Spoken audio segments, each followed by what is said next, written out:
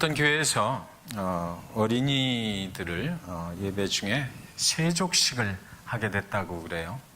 그래서 어린 소년들을 앞으로 쭉 이제 강대상 앞으로 나오게 하고 의자에 다 앉히고, 그리고 담임 목사가 이제 물 대야를 들고 한 손에는 수건을 들고 한쪽 어린아이부터 이렇게 발을 씻겨주고 또 말려주고 닦아주고 정성스럽게 한 소년씩 이렇게 진행이 되는데, 맨 나중에 앉아있는, 맨 끝에 앉아있는 소년을 보니까 앉아서 발을 이렇게 대야를 대고 내미는 데 보니까 양말을 벗지를 않고 그대로 있는 거예요.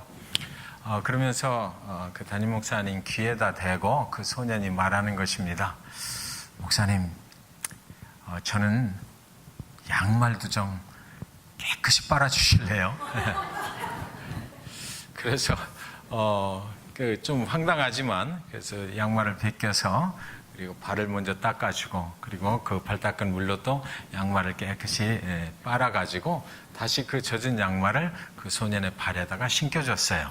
그랬는데 다른 소년들은 이제 마른 발에 마른 양말을 신고 다 제자리로 돌아갔는데, 이 소년은 그 젖은 양말을 신었잖아요. 그래서 앞으로 돌아가지를 못하고 교회에 그 성가대가 들어오는 뒷문이 있는데 그 문으로 해서 밖으로 나가 버렸습니다. 그 예화를 그냥 머릿속에 두시고 오늘 말씀을 같이 상고하도록 하겠습니다. 오늘 본문은 바울이 고린도에 들어간 이야기거든요. 그래서 고린도에 들어가서 사역을 할 때에 하나님께서 그에게 말씀하셨어요. 두려워하지 말고 내가 너와 함께 할 것이니까 침묵하지 말고 말하라. 이런 내용을 가지고 같이 상고하도록 하겠습니다. 바울의 그 전도 여행을 추적을 하다 보면 하나님께서는 항상 바울의 곁에 두 가지를 동시에 따라붙게 만드셨습니다. 첫째는 그가 가는 곳마다 핍박이 따라붙는 거예요. 그래서 복음을 증거할 때마다 항상 그는 핍박을 받으면서 복음을 증거해야만 했습니다. 두 번째는 새로운 사람들을 그곳에서 만나게 하시는 것입니다. 하나님이 어디에 숨겨 놓았었는지 새로운 사람들을 만나게 하셔서 거기서 동역자의 관계를 이루어서 함께 복음을 선포할 수 있도록 하나님께서 그 도움의 손길들, 새로운 사람들을 만나게 하셨습니다. 실라와 바울은 안디옥 교회에서 실라와 바울이 처음에 안디옥 교회에서 이제 출발을 하게 되죠. 전도 여행을 두 사람이 출발을 했습니다. 중간에 디모데를 또 만나게 돼요. 그래서 전도 여행에 이제 합류를 하게 되는 거예요. 빌립보에 갔을 때 자주장사 루디아를 만나게 됩니다. 빌립보 옥속에서 그 핍박과 고난 속에서 또 그 핍박 속에서 새로운 사람을 구원해서 만나게 되는데 그게 누구예요? 간수의 가족들이었습니다. 그래서 빌립보 교회가 거기 세워지게 됐던 거죠. 그리고 데살로니가로 갔는데 그곳에서 야손이라는 사람을 만나서 그가 복음을 듣고 예수를 믿게 되고 그 집에 거하게 돼요. 야손이 함께 핍박을 받게 됩니다. 그래서 데살로니가 교회가 또 그렇게 생긴 거예요. 바울 일행이 이제 베레아로 가게 됐는데 그 베레아에서는 하나님의 말씀을 사모하는 사람들을 만나게 됐어요. 그래서 거기서 예수 그리스도를 증거를 하게 됐던 거죠. 그곳에서 많은 열매를 맺게 됐을 때에 데살로니가에 있던 유대인, 그를 시기하는 자들이 깡패들을 동원해서 거기까지 쫓아오게 돼요. 그래서 실라와 디모데를 거기서 계속해서 같이 행동을 하지 못하고 이제 바울 혼자 도망을 쳐서 아덴으로 가게 됩니다. 가는 곳마다 핍박이 따라다니는데 이 아덴에 갔을 때 아덴에서 함께 통역하던 사람들을 잊어버리게 됐고 아덴까지 같이 가지 못하고 그때부터 혼자 복음을 증거해야만 됐다는 것이죠. 그리고 16장 16절에 보면 뭐라고 되어 있냐면 바울이 아덴에서 그들을 기다리다가 그 성에 우상이 가득한 것을 보고 마음에 격분했다 이렇게 되어 있는데, 이 아덴에 들어갔을 때 바울이 그 실라와 디모데를 굉장히 기다렸다라는 거죠. 그들이 빨리 나를 쫓아와서 헤어져 있지만 그들이 쫓아와서 나를 좀 도와줬으면 좋겠다 이렇게 생각을 하고 기다렸어요. 그랬는데 실라와 디모데는 아덴을 바울이 떠날 때까지 그곳으로 오지를 못했습니다. 그 상황은 성경에 왜 그랬는지는 기록이 되어 있지 않지만 신학자들이 나중에 그걸 분석을 해서 보니까 나중에 또 다른 곳에 가서서 뭐 선교 후원금을 가지고 나중에 고린도에 와서 만나게 됐다, 이런 이야기들을 하게 됩니다. 여러분, 바울이 아무리 똑똑한 사람이라 할지라도 그 아덴은 철학의 도시였거든요. 그 논쟁을 좋아하는 사람들입니다. 이 철학자들과 논쟁을 벌일 때 아덴에서 혼자서 그들과 논쟁을 벌일 때 얼마나 힘들고 두려웠을까 우리가 가히 짐작을 하게 되는 것입니다. 아덴을 떠날 때까지 사랑하는 그 실라와 디모데는 오지 않았어요. 결국 바울은 홀로 아덴을 떠나서 이제 또 어디로 다른 곳으로 가게 되는데 그곳이 바로 고린도입니다. 지금처럼 이 아이폰이 있었던 시대도 아니고 함께 동역을 하던 그 친구들이 지금 어디에 있을까 얼마나 궁금했겠습니까? 더군다나 유럽이라는 이방 나라들을 돌아다니면서 같이 일을 하다가 헤어져서 연락이 두절된 상태니까 그가 복음을 증거하긴 하더라도 그 마음속에 그들이 오기를 얼마나 간절히 사모했으며 다시 만나게 될 날을 기다렸을 것이다라는 거죠. 그리고 혼자서 그 일을 감당해야 되니까 낯선 땅에서 얼마나 바울이 아무리 지독한 사람이라 할지라도 두려웠을 것은 말할 필요가 없는 것입니다. 굉장히 두렵고 힘들었을 것이에요. 그런데 고린도에 도착하자마자 하나님이 또 새로운 사람을 만나게 하셔요. 그래서 18장 2절에 보면 아굴라라 하는 본도에서 난 유대인 하나를 만나니 글라우디오가 모든 유대인을 명하여 로마에서 떠나라 한 거로 그가 그 안에 브리스길라와 함께 이달리아로부터 새로 온지라 바울이 그들에게 가매, 이렇게 돼 있거든요. 아굴라와 브리스길라를 고린도에서 만나게 하나님이 하셨다라는 거죠. 이 아굴라와 브리스길라는 로마에서, 이탈리아 로마에서 있다가 그 글라우디오라는 로마 황제 제4대 황자가 유대인들을 전부 다 추방령을 내려서 도망갈 수밖에 없었어요. 추방돼서 나왔는데 이들이 이제 그 고린도가 어떤 도시입니까? 무역항이고 경제적인 도시였거든요. 그래서 그곳에 오면 돈을 잘 벌 수 있겠다. 그래서 이들은 고린도로 오게 됐던 거예요. 자, 아굴라와 브리스길라는 이 바울을 만나서 복음을 듣고 바울과 함께 사역을 하기를 원했던 거거든요. 그러니까 바울한테 분명히 그렇게 얘기했을 거예요. 당신이 사역하는데 내가 도움이 될 수 있겠다. 그러니까 내가 경제적인 어떤 도움을 좀 줄 수 있으니까 마음 놓고 우리 집에 와서 함께 사역을 하자. 내가 도와주겠다. 이렇게 얘기를 했을 것입니다. 그래서 18장 4절에 보면 뭐라고 되어 있냐면 안식일마다 바울이 해당에서 강론하고 유대인과 헬라인을 권면하니라 이렇게 되어 있거든요. 그러니까 바울이 고린도에 들어와서 지금까지 아굴라와 브리스길라를 만나기 전까지는 아무것도 못했어요. 그냥 고린도가 어떤 곳인가 찾아만 다니고 구경만 했을 것입니다. 그런데 아굴라와 브리스길라 부부를 딱 만난 다음부터 유대인의 해당에 들어가서 여기서 강론했다라고 되어 있는데 이 유대인들이 가지고 있는 성경은 무슨 성경? 구약 성경. 그러니까 구약 성경에 대해서 풀어 헤쳐서 가르쳐주는 일을 바울이 그때부터 하게 됐다. 그러니까 그 뒤에 누가 있어요? 아굴라와 브리스길라 부부가 내가 도와줄 테니까 당신이 하시고 싶은 그 사역을 하십시오라고 분명히 그렇게 했을 것입니다. 아굴라와 브리스길라를 만나자 바울은 힘을 얻었다라는 거죠. 자기 사역에 갈 길을, 실라와 디모데는 아직 만나지 못했지만 그래도 나는 이 길을 가야 된다라는 것을 힘을 얻어서 그 일을 하기 시작했다라는 겁니다. 그런데 아직은요, 그 구약 성경에 대해서 얘기를 할 뿐이지 예수 그리스도의 복음에 대해서 말하지 못했다라는 거죠. 구약 말씀을 유대인들이 이미 알고 있는 말씀을 자기가 알고 있는 그 성경 지식을 가지고 풀어 헤쳐주는 정도였지 예수 그리스도에 대해서 아직은 말하지 못하고 있었다라는 것이에요. 분명히 그 말씀을 선포하면 유대인들이 어떻게 됩니까? 이제 예수, 그 구약에 나와 있는 이 메시아가 예수고 골고다 십자가에 죽으신 그 예수고 부활하신 그 예수다라고 말하면 분명히 또 핍박이 시작될 것은 뻔한 일이었던 것이에요. 가만히 있지 않을 것이에요. 핍박받을 것은 너무나 뻔한 일이었는데 아직은 그 일을 시작하지 못하고 있었다. 그 핍박을 견뎌낼 자신이 아마 바울에게 그 순간에는 없었지 않았을까. 너무나 혼자 아덴에서 있었던 일, 그리고 또 고린도까지 오면서 굉장히 지쳐 있지 않았나라는 생각을 하게 됩니다. 그런데 성경은 그때 그동안 그렇게도 기다렸던 실라와 디모데가 이제 고린도의 바울 앞에 나타났다 이렇게 얘기해요. 그래서 18장 5절에 보면 실라와 디모데가 마게도냐로부터 내려오매 바울이 하나님의 말씀에 붙잡혀 유대인들에게 예수는 그리스도라 밝히 증언하니 이렇게 됐거든요. 자, 그러니까 아굴라와 브리스길라를 만났을 때는 예수가 메시아라고 말씀 증거를 하지 못했어요.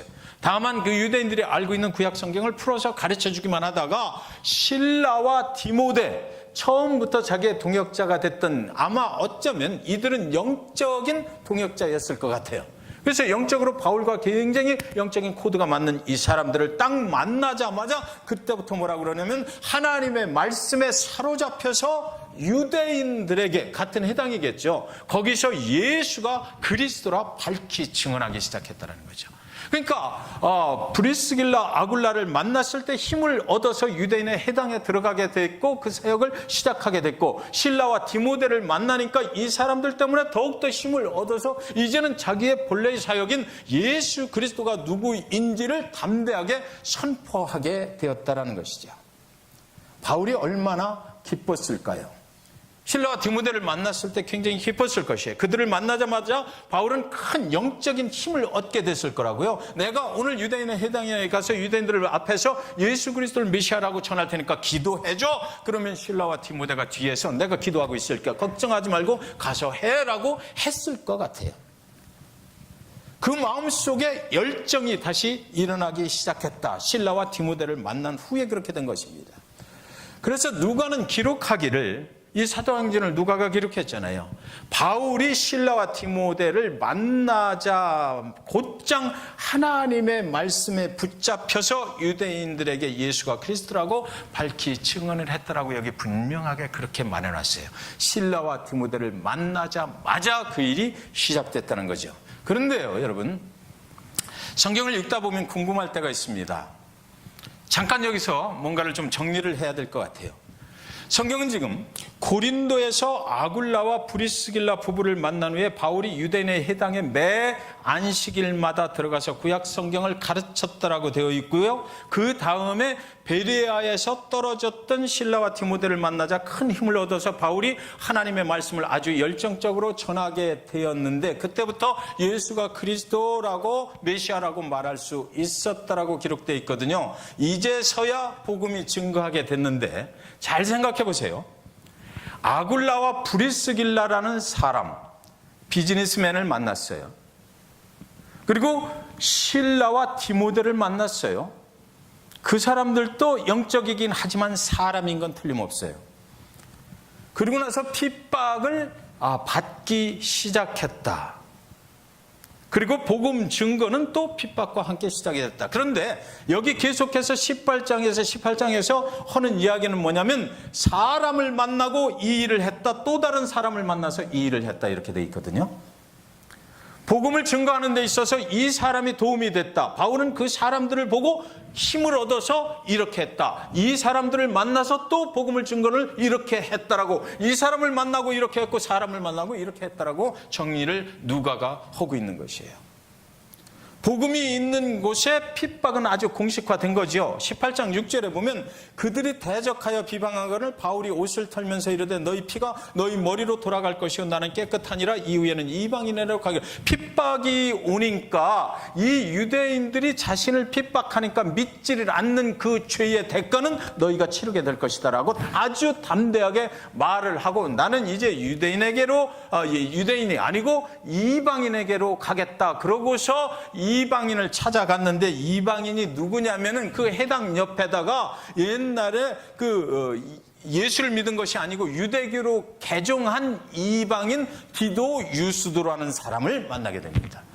해당 옆에서 이 사람은 구약 성경을 믿는 그 유대인들의 해당에 예배에 참여하고 있었던 아주 경건한 사람이라고 성경에는 되어 있어요. 이 사람을 만나니까 더욱더 힘을 얻었겠죠.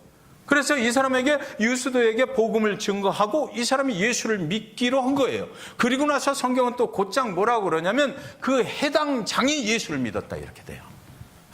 그러니까 지금 계속해서 아굴라로부터 시작된 그 사람의 이름이 쭉쭉쭉쭉 해서 디도 유스도 이방인에게까지 전달이 됐고, 그 복음을 그 사람이 받아들였고, 그 결과로 또 그 해당장이, 그때 당시에 해당장 정도가 되면 굉장한 사람이었거든요. 사회적으로 아주 힘을 가지고 있는, 종교적으로 사회적으로 아주 명망이 있는 모든 사람들의 아주 존경을 받고 있는 해당장, 누굽니까? 이름이?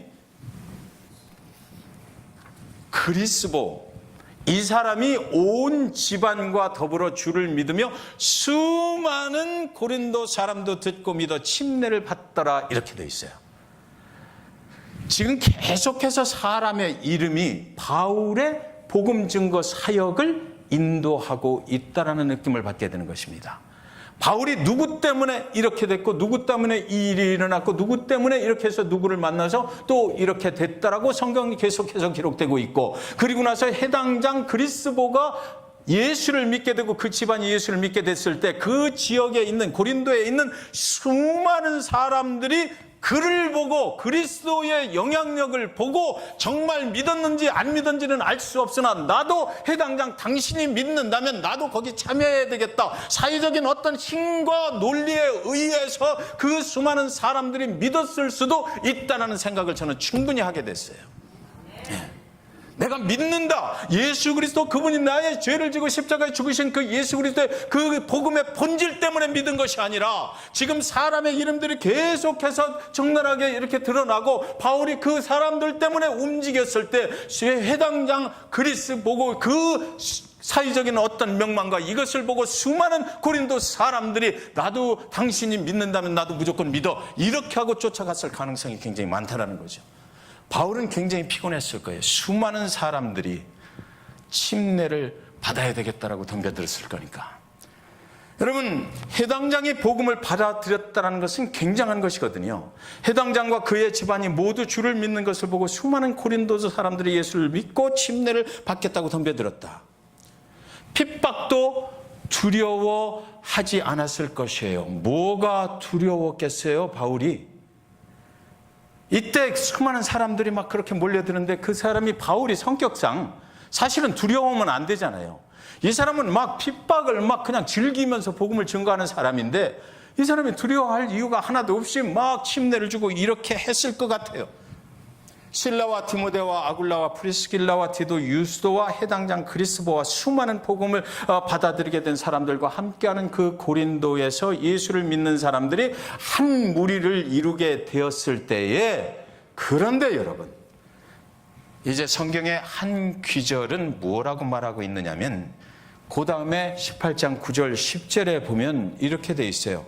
밤에 주께서 환상 가운데, 그동안 사람의 이름들이 나열이 됐지 하나님께서 그에게 뭐라고 하시다라고는 되어있지 않았었거든요. 근데 주께서 환상 가운데 바울에게 말씀하시되 두려워하지 말며 침묵하지 말고 말하라. 내가 너와 함께 있음에 어떤 사람도 너를 대적하여 해롭게 할 자가 없을 것이니 이는 이 성중에 내 백성이 많음이라 하시더라 이래요. 네. 자, 바울이 두려워서 떨었다라는 얘기죠. 이 성경에서 지금 8절하고 9절, 10절 사이에 누가가 빼먹은 것이 있어요. 몇 날, 며칠 동안을 그 수많은 사람들이 예수를 믿겠다고 덤벼드는 그 순간에 바울은 두려워서 떨고 더 이상 복음을 증거할 기력이 없었다는 거죠. 침묵했다는 것입니다. 더 이상 복음을 증거할 수가 없는 그런 두려움이 그 안에 있었다라고 성경은 절과 절 행간 사이에서 말을 하고 있는 것이에요. 그런데 하나님이 그것을 아셨다는 거죠. 바울이 두려워 떨 사람이 아니잖아요. 바울은 핍박을 담대하게 이기면서 계속해서 복음을 들고 나가는 사람인데 그 행간의 내용이 우리에게 전해주는 것은 하나님이 바울을 보니까 그는 입을 딱 닫고 더 이상 복음에 대해서 증거를 하지 못하는 상태로 두려워서 떨고 있었다는 것이에요. 하나님이 그걸 보셨다라는 거죠. 그래서 하나님이 그 바울에게 나타나신 거거든요. 그래서 지금 이 성경 말씀처럼 뭐라고? 내가 너와 함께 할 테니까 두려워하지 말라. 그리고 계속해서 복음을 증거하라. 이렇게 하나님께서 이 상황에 개입을 하시는 것입니다. 인간의 이름이 쭉쭉 나열되어 있어서 바울이 가는 곳마다 이렇게 했다, 이렇게 했다. 이 사람의 도움을 받았고, 이 사람의 도움을 받았고, 이 사람의 도움을 받아서 예수 그리스도를 증거하는 일에 사람들이 막 모여들고 이렇게 됐다 하는데, 그때 인간이 개입하는 것으로 안 되는 부분이 있었다라는 것입니다. 사람을 신뢰해서 복음을 끝까지 증거할 수 없는 상황을 만나게 됐다는 것이에요. 바울은 얼마나 외롭겠어요. 혼자 들어와서 아덴에서부터 그렇게 나갈 때 누가 도와줬으면 좋겠다는 생각을 했을 거예요. 그도 하나님을 믿는 사람이니까 얼마나 많이 기도했겠어요. 그러나 그 당시에 나타난 아굴라와 브리스길라가 경제적인 책임을 져주겠다고 그러고, 실라가 디모데가 영적인 책임을 져주겠다고 그러고, 해당 옆에 사는 유스도가 해당장한테 내가 가서 또 전도를 하겠다고 그러고, 사람이 또 바울의 사역을 계속해서 도와주니까 바울이 이게 잘 되는 줄 알고 있다가 어느 날 수많은 사람들이 다 모여와서 침례를 받겠다고 그러는데, 복음의 본질을 가지고 예수를 믿겠다고 하는 것이 아니었을 수 있다. 그러니까 두려워 떨 수밖에 없어. 내가 하고 있는 일이 정말 잘 되고 있는 것인가? 본질은 어디 가고 비본질만 가지고 지금 움직이고 있는 것은 아닌가? 내가 더 이상 이 일을 해서는 안 되겠다는 생각 가운데 두려워 떨고 입을 딱 막고 있었을 수 있다는 것이죠. 네. 성경은 한 구절 한 구절 그 바울의 입장에 서보면 그래요.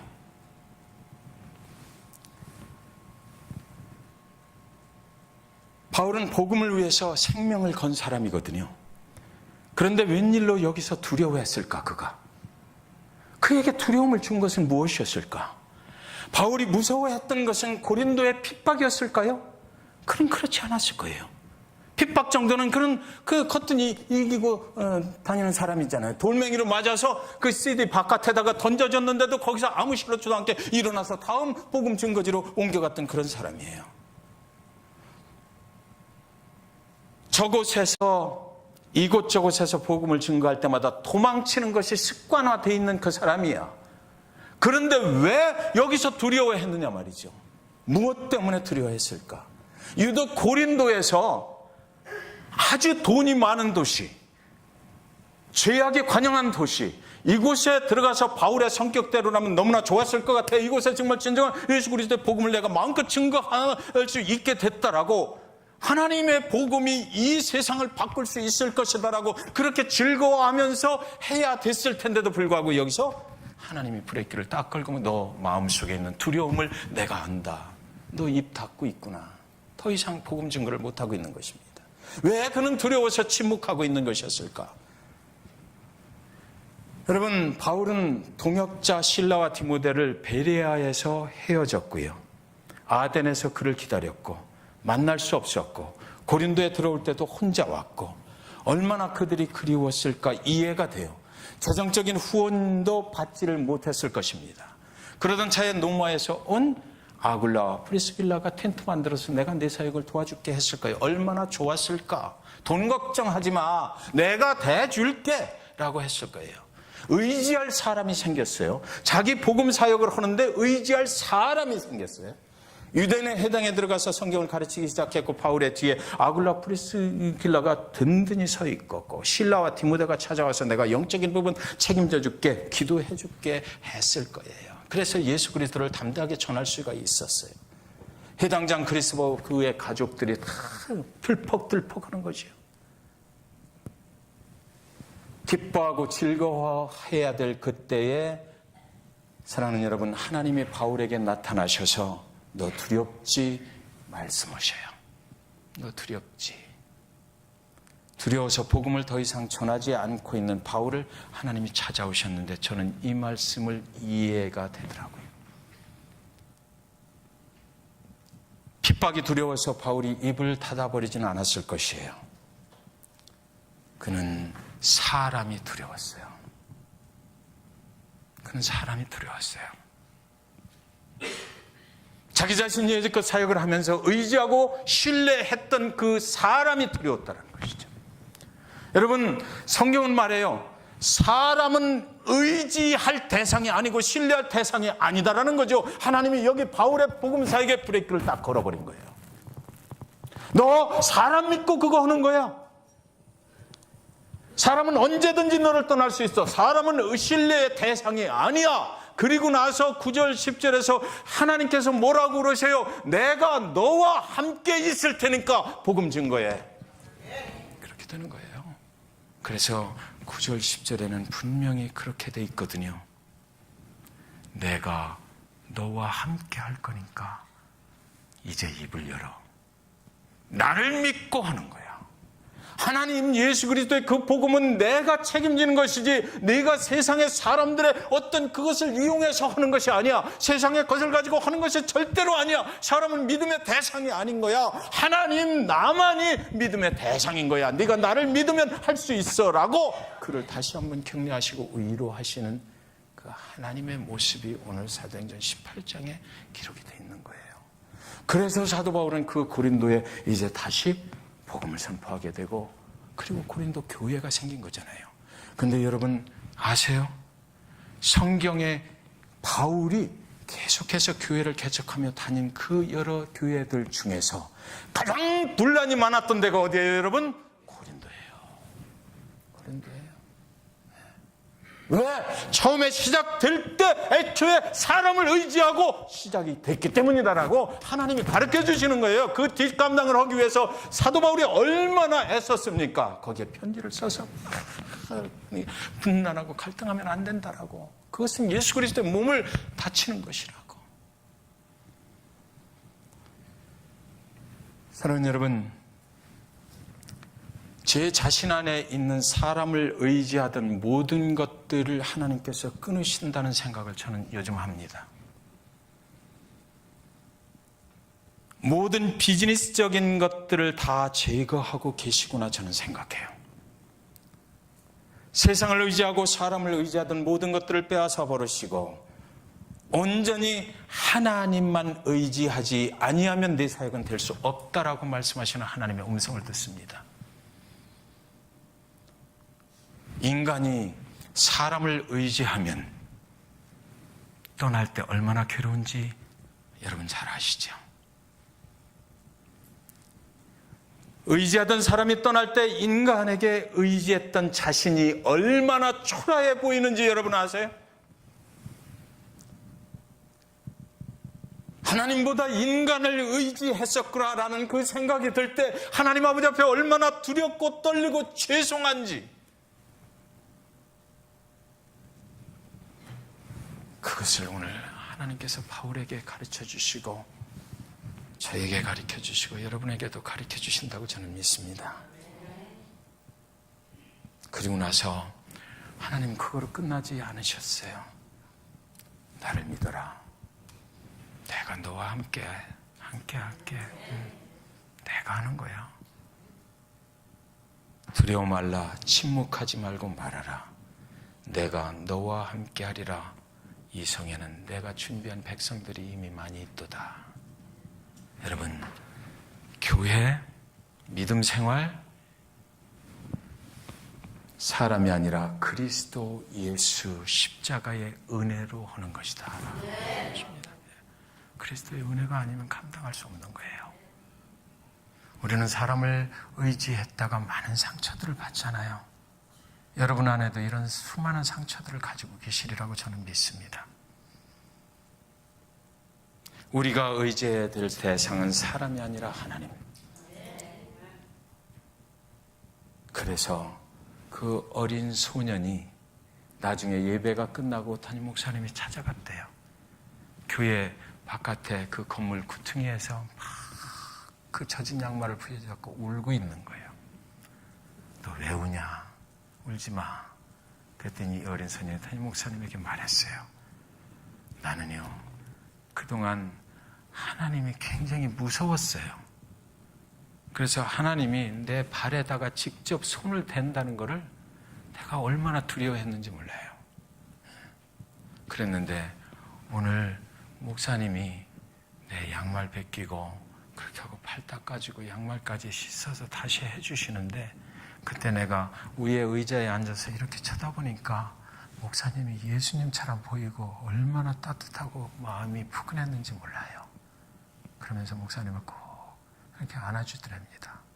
그러면서 그래서 내가 너무 기뻐서 그동안 무서웠던 하나님이 그 무서운 하나님이 아니구나, 나를 안아주시는 하나님, 포근케 해주시는 하나님이구나, 그걸 깨달아서 목사님 내가 이렇게 울고 있는 거예요, 그렇게 말하더래요. 여러분, 주님의 은혜는 하나님과 나 사이에 가로막는 것이 있으면 안 돼요. 바울의 복음 사역 가운데 사람이 가로막고 있었어요. 그것을 벗겨주신 거죠. 저와 여러분이 주님 앞에 나아갈 때에, 잭슨빌 중앙침례교회 성도들이 주님을 바라보고 나갈 때에 세상의 것이 양말이 되어서 막고 있으면 베드로에게 주님이 말씀하셨잖아요. 너와 아무 상관이 없느니라. 사람의 일이지 하나님의 일이 아니기 때문이에요. 오늘 말씀 정리합니다. 저에게도 오늘 말씀은 굉장히 아주 의미 있는 말씀으로 하나님께서 다시 한번 저를 도전케 하십니다. 여러분, 오늘 이 말씀을 붙잡고 여러분의 가정이 하나님과 정말 주의 은혜로 본질적으로 예수 그리스도 그분이 나를 죄에서 사망에서 구원해 주신 거, 그것을 정말 믿었으면 좋겠어요. 세상의 것들로 채우지 말고, 교회가 사람이 많이 모이는 것이 목적이 아니잖아요. 그럴 수 있겠지. 잠시 잠깐 바울처럼, 그죠? 세상의 힘과 세상의 논리로 수많은 사람들을 모을 수는 있겠지. 그러나 하나님이 거기에 브레이크를 걸어버려.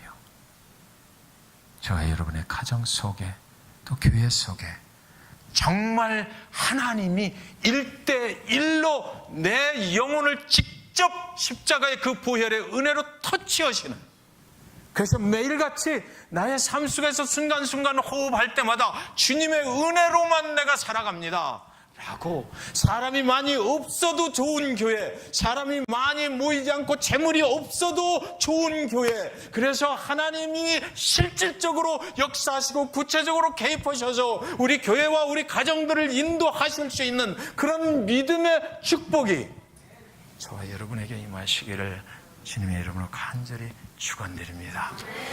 기도하겠습니다.